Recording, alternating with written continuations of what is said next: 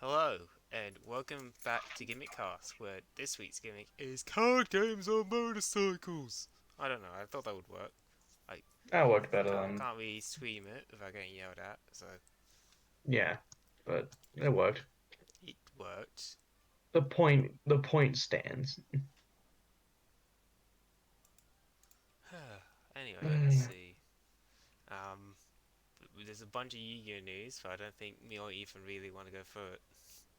We're just gonna briefly mention some of it, I guess. Okay, so where are we starting?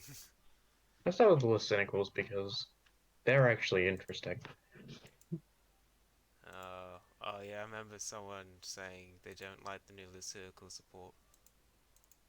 Yeah, some people don't because it's like um it's not on theme. Their effects aren't on theme, but like they don't need more of the same effect.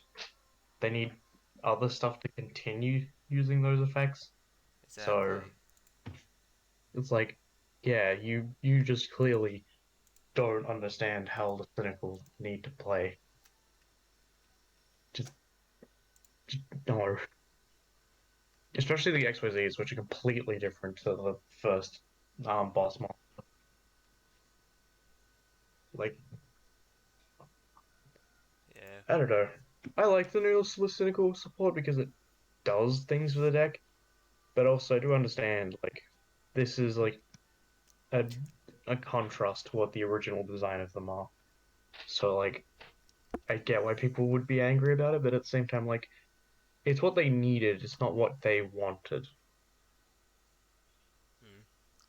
I'm surprised that they didn't give this archetype and a an archetypal fusion or a searcher for a poly, considering the fact they still have that fusion. Yeah, but because uh Parasite Fusion, um, the Parasite, um, is its own fusion card in and of itself. They don't really need it. They just needed a way to equip it, which they still don't have. But let's Yeah, ignore that. they don't have a way to search it, which sucks. So, Yeah, literally, if they could have just equipped it out of the deck, would have access to the fusion. uh, apart from that, I don't think it's that interesting. I think it's going to be the least interesting of the three coming out in that wind support deck. You've, I mean, Cherry LeBlanc is interesting. Okay, fine. You talk about Shay Long. I looked at it and went, oh, one of these cards reference Zone, but we don't have Zone in the game yet. Yeah, it does. It's weird. So But for that the most part, was, yeah, the support does stuff. Okay, like it's not bad support. My only thing is it's boring. mm, Like it's literally um Cavalier Defleur Turbo, and then maybe sometimes making the new one for the Baroness, and that's all it plays as. That's literally the whole strategy. yeah. I know. I Like was, hmm? it's boring. It's just plant synchros again. We all know that how that worked. Not very well. Hmm. Yeah, I mean, if you're playing plant decks, this is great support because you can just use this stuff in of itself. But like, it is marginally annoying because it's like it's not its own thing. You're still going to be playing it as an engine for plant decks. yeah. I don't know. I mean, I heard. I mean, someone was playing around with the new support. They managed to make the new level 10 synchro under 5 summons. So they Yes. can avoid Nibiru, which I thought, oh, that's pretty cool. But then, yet again, if you're playing this properly, you probably would have extended past the level 10. Yeah. So Yeah, but I don't know. I'm looking at these two field spells, and like one is like someone said it's like better Black Rose Garden, and then what the hell is Soul Binding Gate supposed to be like? For like what is this card? I don't know. Like that's the annoying thing about Cheryl LeBlanc is she played two different archetypes and they tried to combine both of them.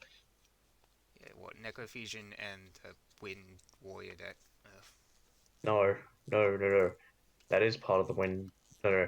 Literally, they're trying to fuse noble knights and and the plant things. Lovely. It's so bad. And they're also giving out a new tuner as well. Yep. Ugh. This support is just confusing and not necessary. As for the whole Black Rose Garden thing, yes, it is Mm, much better Black Rose Garden because you destroy monsters summoned, then special summon the token. mm. But like also, it's just not great because like you need a specific setup to do this. Yeah, I don't know.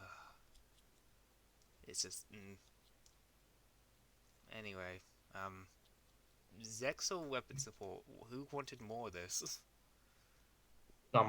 Even I'm not happy about this because like the last wave of Zexal weapon support was really good. This is absolute garbage, except for the XYZ. The XYZ is okay. I don't know. I think Silvered Wing might actually have used, but that's about it. Not really, because it's just making Utopia a beat stick, but you usually do that through the other the ZW XYZs. So like this has no use outside of just taking up space in the main deck. Hmm. So unfortunately, it's absolutely garbage because like it has every effect everyone else, every other ZW has, but only gives them an insignificant attack boost. Hmm. So yeah. Whereas Leo Ray is just boss because like it's the same effect that Dragonic Utopia had, where it can just equip one from deck. But this one also can equip from extra deck, Oh and god. it can't be negated. And it's always you treat it as Utopia Ray. Ugh. Yep. And on once per turn, while this card is equipped with ZW, quick effect you can target one monster on field, negate its effects, and do half its current attack. Which Ugh. means it doesn't get rid of the ZWs, it just halves and then negates. Mm. Like, you sure it's targeting, like the fact that you already guaranteed a ZW on this thing, and then it's not like using up resources, you can rank up into this with any rank up in the game nearly, because Utopia is affected by all of them. Yeah, fun.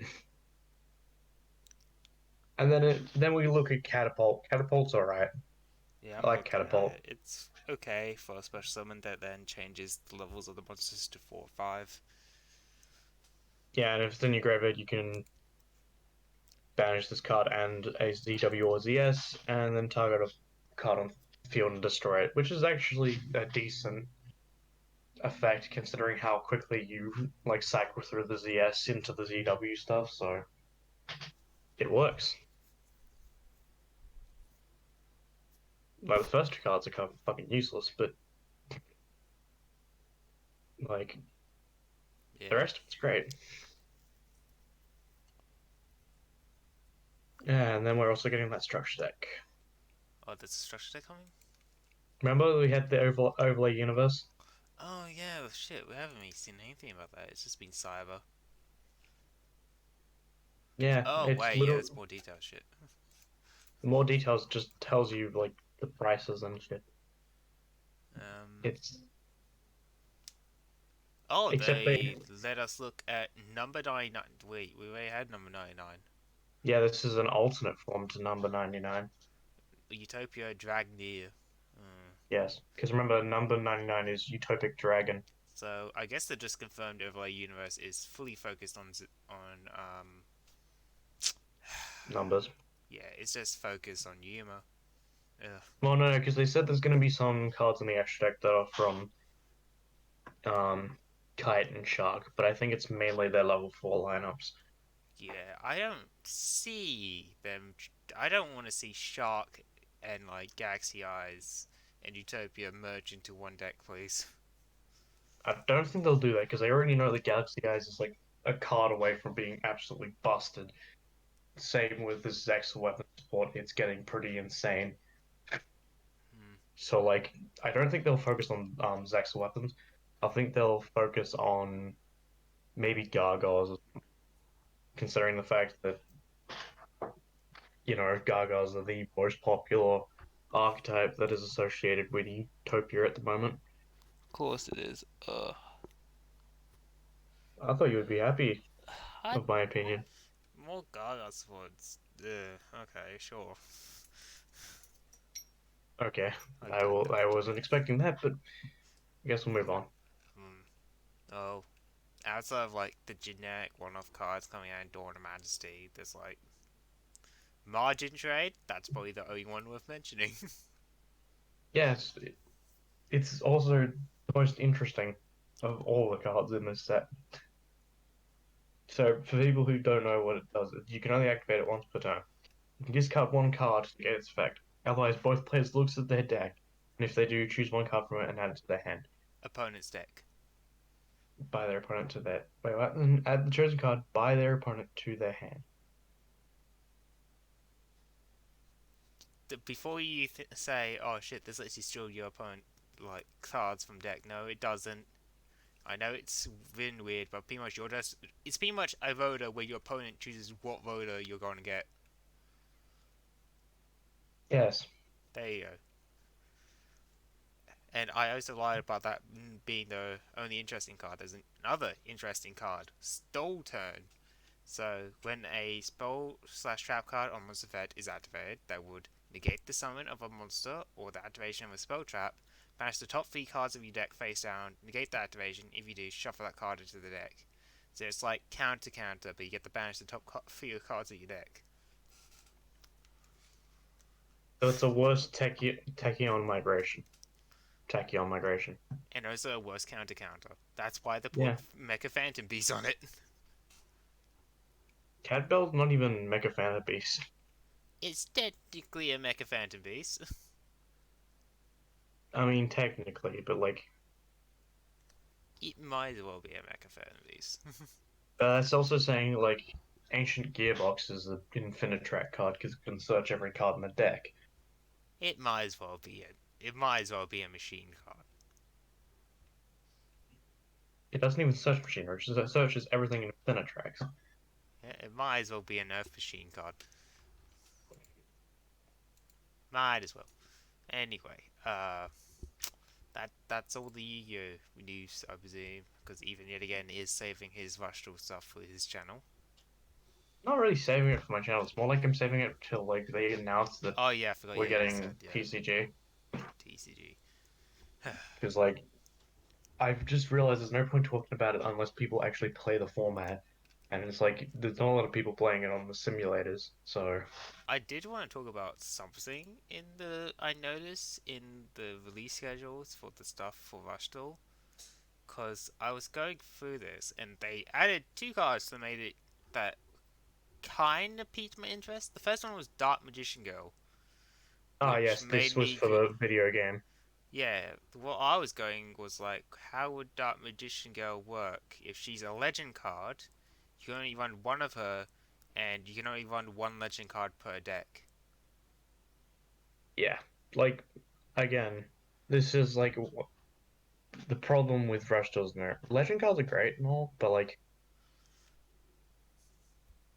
I sometimes think that if they're going to make legend cards, they need to make decks around the legend cards where you can get it out much faster.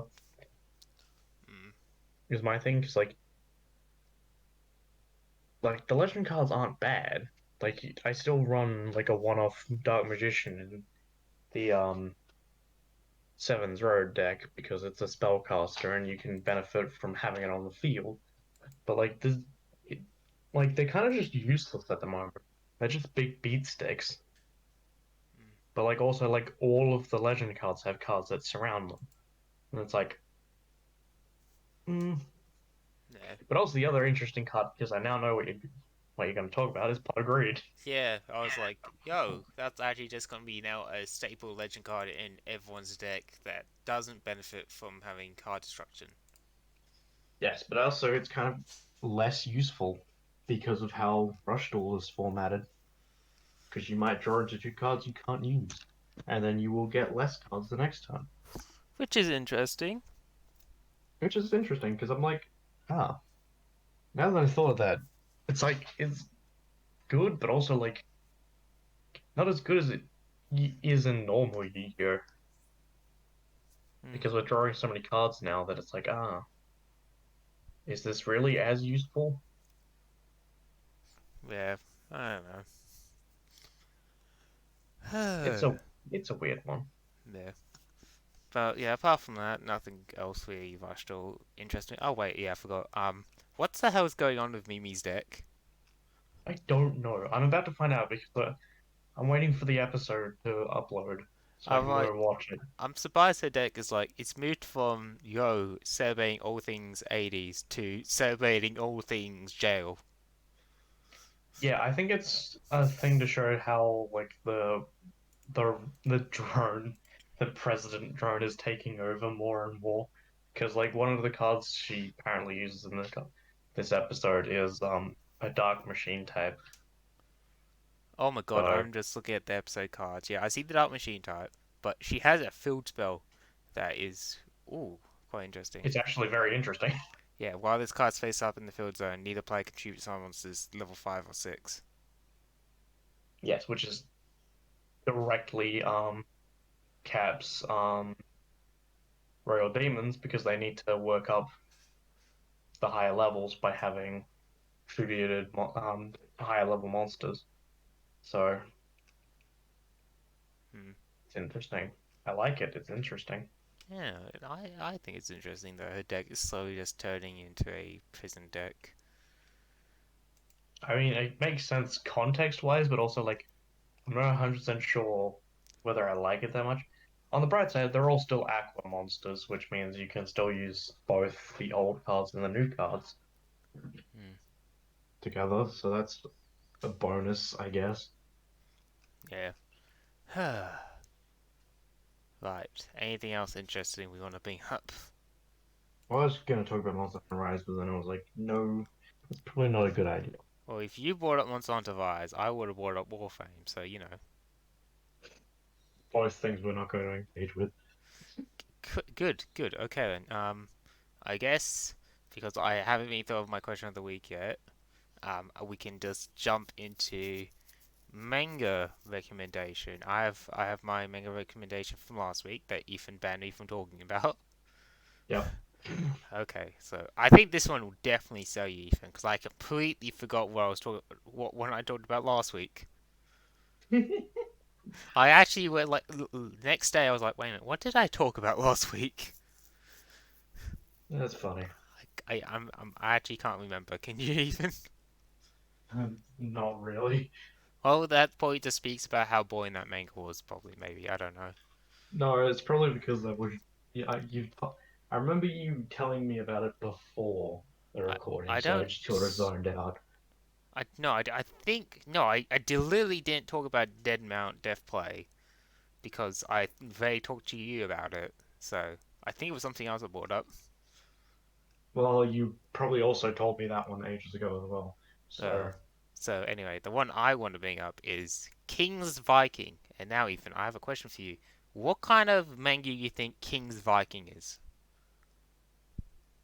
I feel like it's not what I think it is. What do you think it is? Like when I hear Viking, I'm like, ah, battle, bloodthirsty. But then I'm like, King of Viking.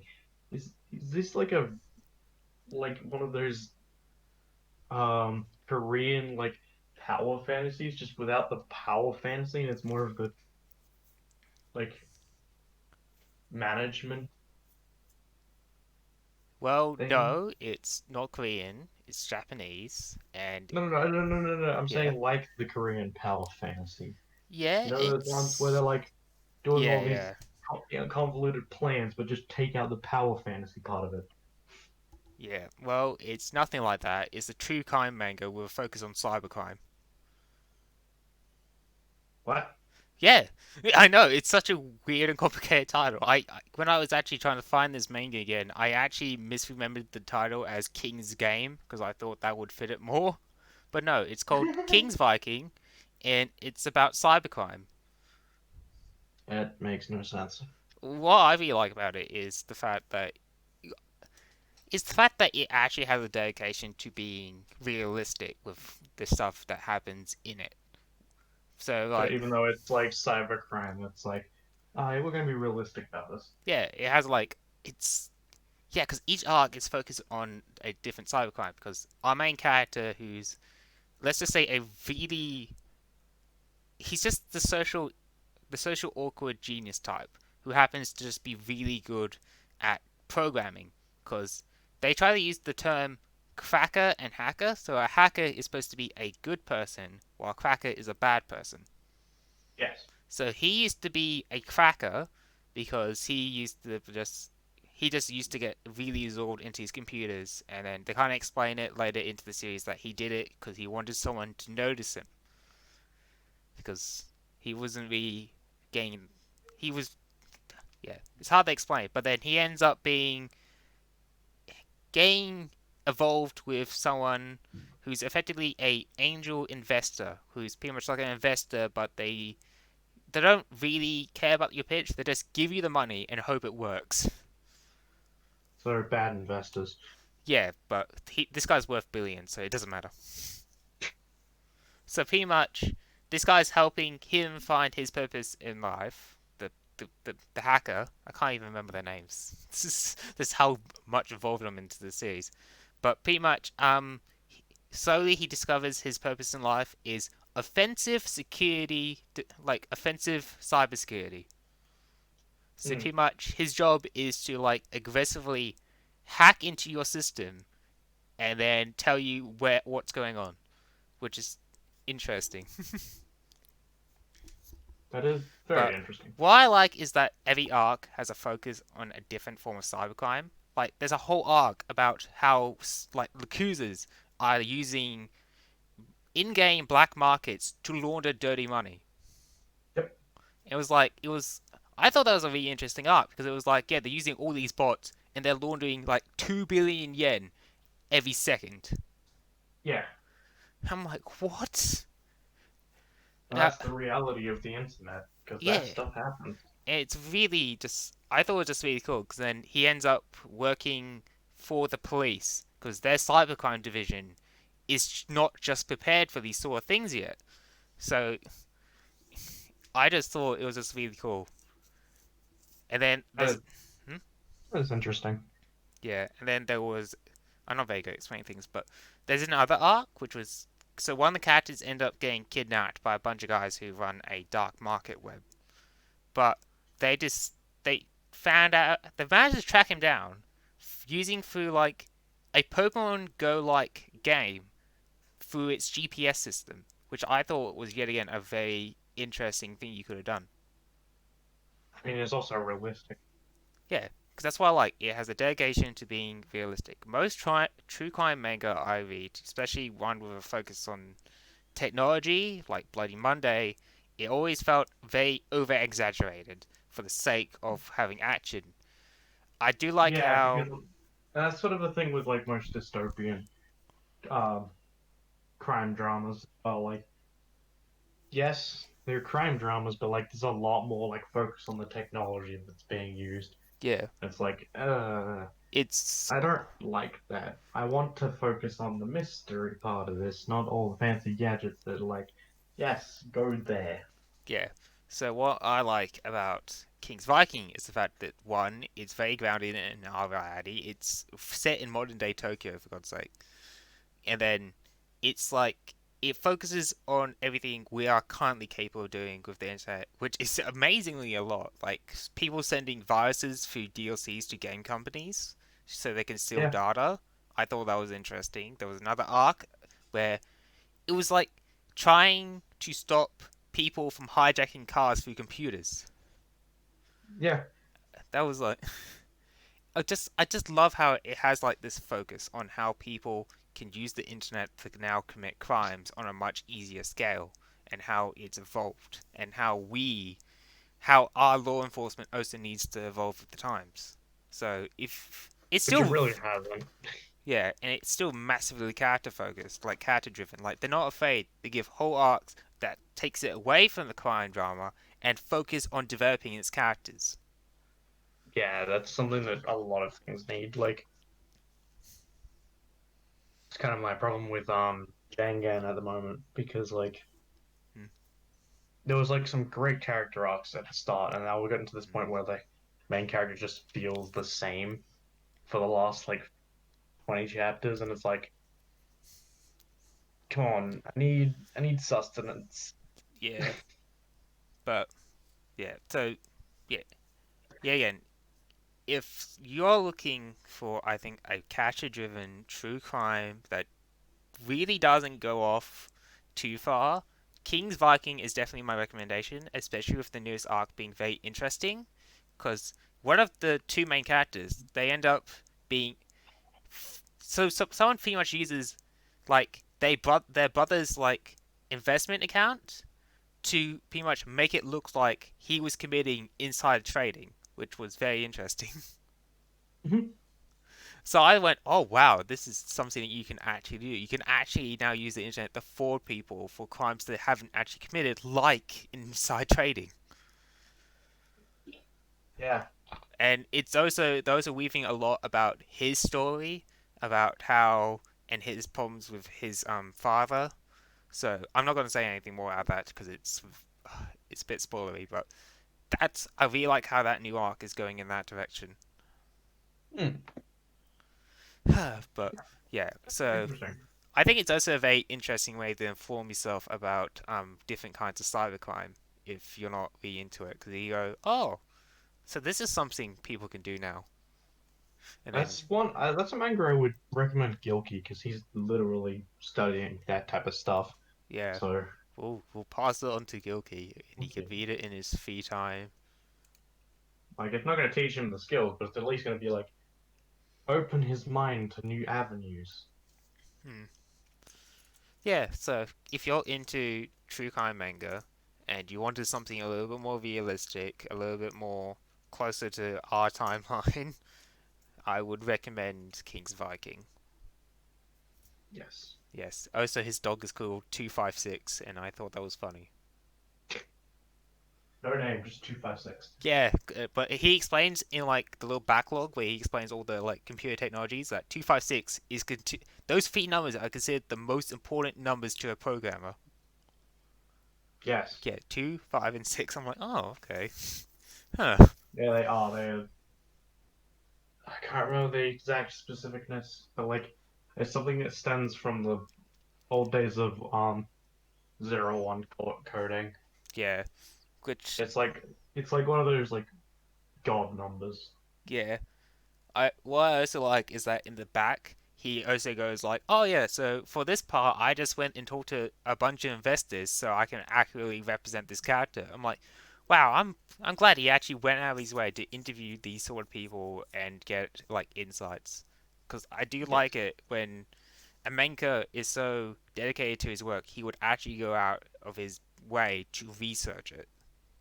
Yes, that is literally what the essence of script writing is for films. Like, don't just go write things. Go talk to people. Go make understand how they feel, how they talk, how they see the world. Yeah, That's that's always a good sign. Like even fantasy genres, like you still need to like take references from the medieval. yeah, Like you can't just like yes, you can have dragons and magic, which are clearly out of this world, right? But you still need to understand the social hierarchy. The because like that's something that's often forgotten a lot in isekai in general. It's like these are like societies, and this is why I like Rising with the Shield Hero a lot because like the church having so much power over the kingdom and all that, and it's like that makes sense. That literally happened in our yeah, world. yeah. Oh, yeah. I do like. If I do think a dedication to research is very important to making a story feel more alive. So I do Yes. Like appreciate that. it's like even with my short story that I've just been writing for fun, Mm. which is like a what if of Yo's Excel, right?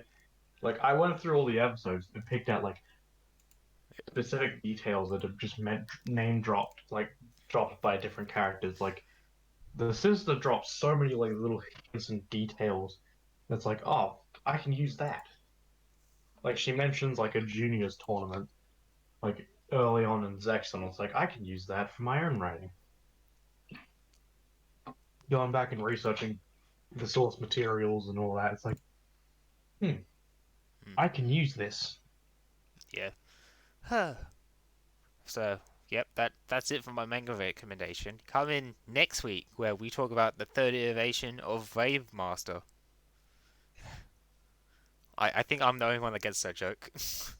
I sort of do. I'm not 100% there, but like I sort of do. Yes. Oh my god. I will talk about my problems with that manga next week. But anyway, it's time for unless Ethan still has something he wants to bring No, I up. don't. I Okay. like uh, in a lull. It's fine. Alright, so I wanna talk about well, let's get a political question up here. Right, how do you think our generation will influence the future of politics within Australia at least? Lots of protesting. Protesting is on the rise, and Hmm. like with two-party system, which is failing horribly, like there's going to be a lot more people turning to protesting rather than politics. Yeah, I mean, we already talked about this last week, to some degree, with how our generation is becoming more disillusioned with the royal family. So, and I, Yeah, like hmm, I mean, which I think the whole disillusion with the royal family isn't really stemming from because it's something I thought about when on the top after the fact. Is like it's not that we're getting disillusioned with the royal family. It's just we're getting disillusioned with politics in general. hmm, Like you look how many people actually care about politics because it doesn't matter sometimes. Like landslide Labour victory, yeah, that's because we actually care. The fact that liberals are doing some stupid things, like hmm. Yeah, I don't know. It's just, I think, yeah, I did predict that. I think we could be moving away from a constitutional monarchy for the Australian government because there's I think we're definitely moving away from the sentiment for that. two-party system. As I think Yeah, we're going away from the two-party system as well because, like, literally, I don't see myself in Labour or Liberal. To be fair, like, I don't feel represented. I Like all the mean, smaller yeah. parties, like I can get behind certain ones, and I'm like, yeah, awesome. But like for the big two parties, which are meant to encompass the majority of people, yeah, Yeah, no. I seen a lot of sentiment amongst our generation saying they want to get rid of the federal government because you know how we have three levels of government: the local, the state, and the federal. But Yes.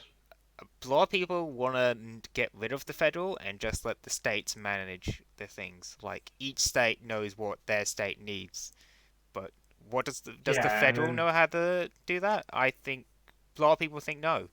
So I think we could also see a lot of young people wanting to get rid of the federal level of government and let each state have their own party to govern each state. yeah, I would agree to that to some degree, but also like then it just becomes like all the states are now just countries, I and mean, that's we sort of used to be what like that apparently. we did used to be like that until we got constitutionalized. So Constitutions. I mean, I would say keep federal, but like remove majority of the powers that they have because like I agree, federal don't know all of the situation. They're only thinking from their cushy apartments in Canberra for the most part. Or be like Scott Morrison, who goes on a holiday with for every single disaster we have. Yep. Or here's another option: instead of getting rid of the federal government, have the state leaders become part of the federal government. That would be better. Yes, because we don't just chuck out like our country as a whole and split them into minor countries. Rather, we have the people who are in charge of the states come in with their own issues, their own arguments. Because, like, that's sort of where, like, the lower house and the higher house are, like, separated through, like, location. Like, like everyone in the higher house is located in Canberra, so they only really see Canberra's problems. But then, like, all the state leaders see everyone else, every other problem, right? Yeah.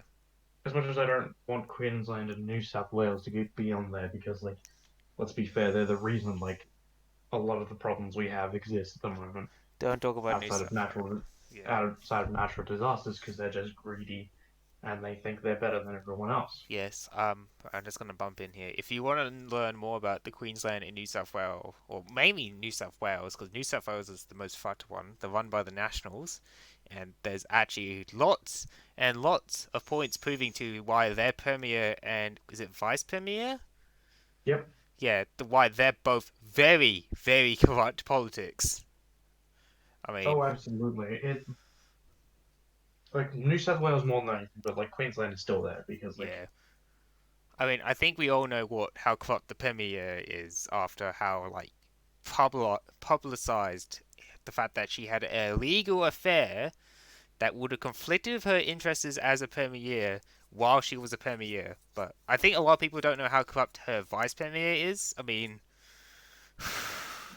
yeah, it's pretty bad. yeah, Like because like everyone like there's a lot of incentive, especially in WA. There's a lot of incentive to like become our own country because of the New South Wales and Queensland like being corrupt politics. They're like, oh, we want to push for more taxes on WA. We want more things because we produce everything. Like yeah, that's not how it works. Like, sure, we produce everything, but like that doesn't mean you aren't gonna get money because like you have most of the tourism spots.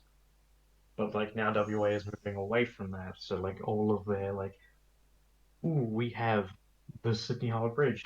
Well, yeah, we have the film industry now. We have wait, are you saying we have WA or Queensland? WA film industry. Wait, why does WA have the Sydney Bridge? No, no, no, no. Sydney Bridge. The be like comparing the two, right? Oh, Like the Sydney Harbour Bridge is like a washed out old tourist attraction. To be fair, because like we've all seen it now. It's just a bridge. yeah, they launch fireworks off there every like New Year's. Of course, everyone's seen it. Yeah, and it's like it's pointless. It's like all the cool tourist attractions that they advertise over Sydney, New South Wales, and all that.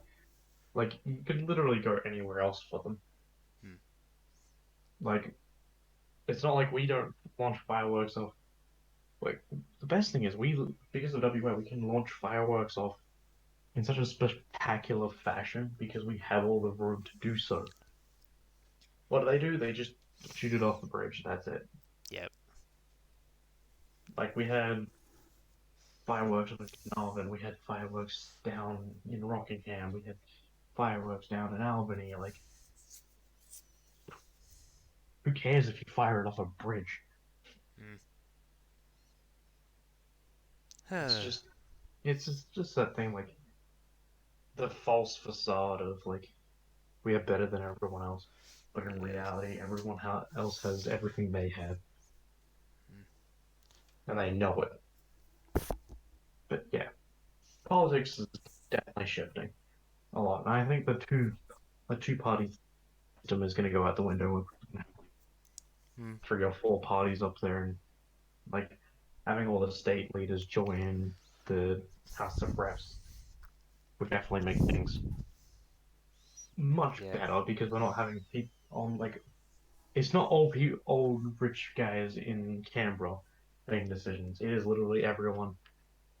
Everyone literally has a voice because the premiers are the voices of the state. Hmm. And then we have yeah, it's just dumb. Hmm. You know what?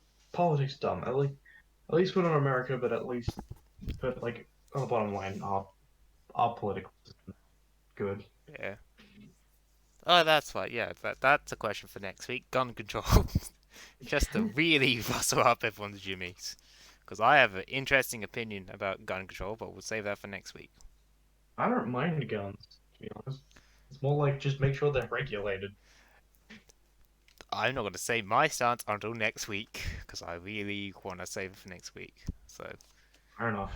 anyway, things to bring up, channel plugs and all that, and YouTube's. I'm Stampion Co on both YouTube and Twitch, and I may be doing some Monster Hunter stuff if I can find a way to re-record what all the good things that I lost because stupid me didn't check audio. I Hmm. missed the part where Jack comes in. He's like, Josh is the kind of guy who thinks strapping a baby to a car battery and seeing how long they scream is funny. And then it's just me, Josh, and Lachlan all laughing at it, and then Jack's like, they're defeated. I'm glad I wasn't there for that. It was Anyway, actually kind of fun. It was actually kind of funny because like it wasn't like we were laughing at the actual concept. We were laughing at the idea that Josh is stupid enough to think of that. Like that's why we were laughing. interesting. Like it was a good session. There was so many funny jokes, but we lost it all because I didn't check the audio. But also I found out that Jack is too serious of a gamer. Like he doesn't know how to have fun. Hmm. Because Anyway, like hmm? we would okay. Would you say randomizing weapons and making fun of weapons that we don't know how to use is a fun idea? Yes, Exactly. Jack does it and all he does is complain because he wants to take every fight seriously. And it's like, do you know how to have fun? Like, people have fun in different ways. I Some. know, but like, I mean, yeah, sure, because like, I get it because he plays a lot of competitive games, and don't like competitive games because I don't want to be serious. I want to mess around, Mm, right? But like, yeah. even then, like, I have my moments when I'm serious and I take a fight on seriously, but he just takes everything serious, and it's like, how? Why? It's like why I almost got upset at you until you explained yourself. Yes. What about the photos? Yes, because like Yeah. yes, we're clearly messing around. We were clearly just doing Yeah, messing but around for some of no them was reason. quite uncomfortable to look at. How? I mean, okay, but like you just saying like I'm not gonna get this game because we were That messing was a around with the knee-jerk photos. reaction, I will admit. And I'm sorry for Yeah, that one, but I still thought those like photos were uncomfortable to look at. fair enough. There you go. Yeah, but Okay, you do your plugs. yeah, okay, so uh I have the Ritual Beast audio done. So it should be out sometime this week. Don't expect me to be this frequent with gimmicky tech videos though. This is just one of those rare flukes where I can get two done in 1 week. I mean, in 1 month. Yeah, But fluke. yes, so that's coming out this week. I'm gonna try streaming again. Might be League, might be Warframe, might be Balloon Towers Defense 6. Or I might be Yu-Gi-Oh. and Yu-Gi-Oh! I do have some replays for a Gusto video, but I I'm still thinking of a good title for it. So yeah, that This might video is also full come of out this week. gusto. I don't know. That's not. Anyway, trying to think what something else I'm gonna bring up. Oh yes, that reminds me. MBT TV's Yugi Chiba tournament. I just Please tell wanted me you can. I wanted to Please tell bring me you it do. up on the Oh, basis that there's YouTubers I've never heard about, so why aren't we invited? because you didn't sign up. There was a sign up for this. Yes, on his Discord. Of course, it's on his Discord, and of course I won't see it on his Discord because I have his Discord muted. Well, this. Do you I see like how I how like many I like pages how there are? I saw it. and I was just like, I'm not a YouTuber, so I'm just gonna ignore this. And I'm then sorry, but you didn't see it, and you wanted to be invited. well, one, I didn't see a ping for it. Two, there's so many pages on this on his Discord. I don't know where it would have been. That's also fair. Like, oh my god, how many format channels does he need? Depending on how many formats we have. Oh, But then let's again, see what we have. We have we only TCG discussion, speed duels, rush duels, duel links, Hislander, goat format, Reaper format, Trinity, history, Yu-Gi-Oh format, breaking, custom cards, meta snap shit, C mode collection. Okay, I might look at that one, and content feedback. ah, What the hell is Reaper format? I don't remember. I've heard of it, but don't remember what it is.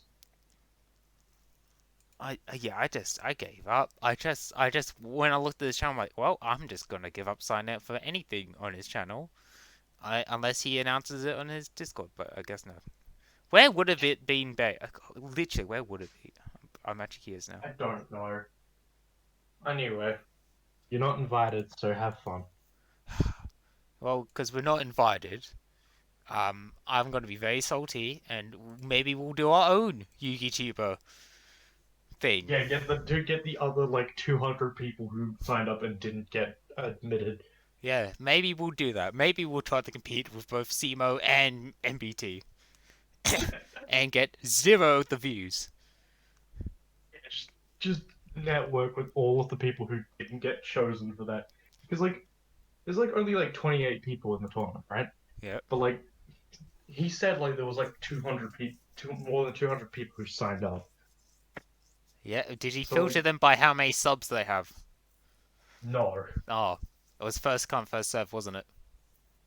no, I'm pretty sure he just rolled the dice on this one because like I was looking at it and I saw some of the responses, but like yeah, like definitely some of the people who were first to respond definitely didn't get invited. So I'm actually I trying to don't know how he's find filtered them, but like good job, where yes. where the hell is like. I'm actually just checking all these channels. He did. I don't I don't think he know. announced it on Twitter either. No, he didn't. Oh my god, what? This is how you organize a tournament. You make sure half of your viewers don't see it unless they're in your Discord, and then it's buried somewhere in these channels. Well, you see how active his Discord is. Oh well, yeah. Um, I am I am desperate to find this thing now. Where is this bloody post? Oh, it definitely won't be goat format. I'm gonna mute that. I hate goat format as a concept. Okay, moving on. Where? Yeah, I'm just gonna give up. Right, so I'm losing And my I'm gonna voice. just go. I'm just gonna go quickly and look at his video quickly. Yeah, yeah, his little announcement video. I didn't watch it. Oh, I just read it and went, I wanted to be in. Hang on, let me.